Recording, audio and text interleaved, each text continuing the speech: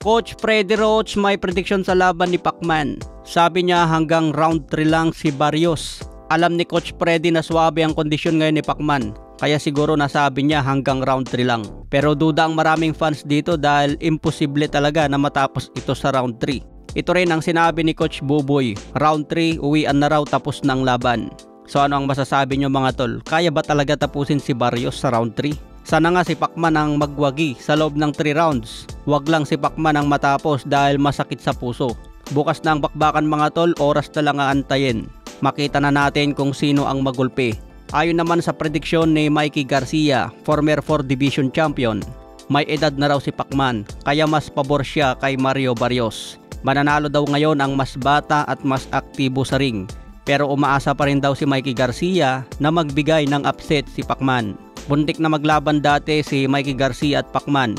Ito sana ang laban na ikakasa ng Paradigm Sports dahil hindi pwede si McGregor noon laban kay Pacman. Dahil matagal ma-finalize ang bakbakan ni Mikey Garcia at Pacman. Nagkaroon ng negosasyon ngayon ang kampo ni Errol Spence at si Pacman. Dito na nagkaroon ng kaso noon si Pacman sa Paradigm Sports dahil binaliwala ang isang kontrata. Pero kahit kinasuhan si Pacman, tinuloy pa rin ang laban niya kay Errol Spence hanggang pinalitan ni Yordenis Ugas. Kaya bang nagtre-training noon si Pacman para kay Errol Spence, gumugulong naman ang kaso na sinampa ng Paradigm Sports. Tapos napalitan pa ang kalaban ni Pacman from Southpaw at naging orthodox. Kaya malaking adjustment ang ginawa ni Pacman, naghabol pa ng training. Kaya ang resulta na overtraining tuloy. Sa ibang banda naman, nagbigay ng prediksyon si Danny Garcia. Mas pumabor naman siya ngayon kay Mario Barrios. Mananalo daw ito sa laban dahil matanda na raw si Pacman. Pero hindi naman daw magtaka o magulat si Danny Garcia kung manalo si Pacman.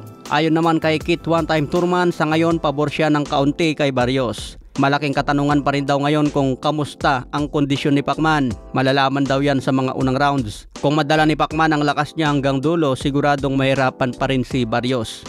Pwede rin sa simula malakas si Pacman, pero habang tumatagal ang laban, unti-unti na siyang babawian ni Barrios. Kaya marami ang tumutok sa laban na itong mga tol dahil may tanong sa isip ng mga fans kung kakayanin pa ba ni Pacman sa edad na 46. Samantala, Nonito the Flash Donaire nagbigay din ng prediksyon sa laban ni Pacman. Si Pacman daw ay maraming abilidad sa boxing at may puso kung lumaban. Pero ang tanong, kakayanin pa ba ng katawan? Ang unang bibigay daw kay Pacman at magdidikta kung kakayanin pa, ito daw ang kanyang stamina. Kung mawala na raw kasi ang stamina ni Pacman, siguradong lahat maapektuhan. Apektado ang speed, footwork at lakas. Kaya dito na raw talaga masusubukan si pambansang kamao kung kakayanin pa. Kaya aminado si Nonito the Flash Donaire na isang mahirap na laban ito para kay pambansang kamao.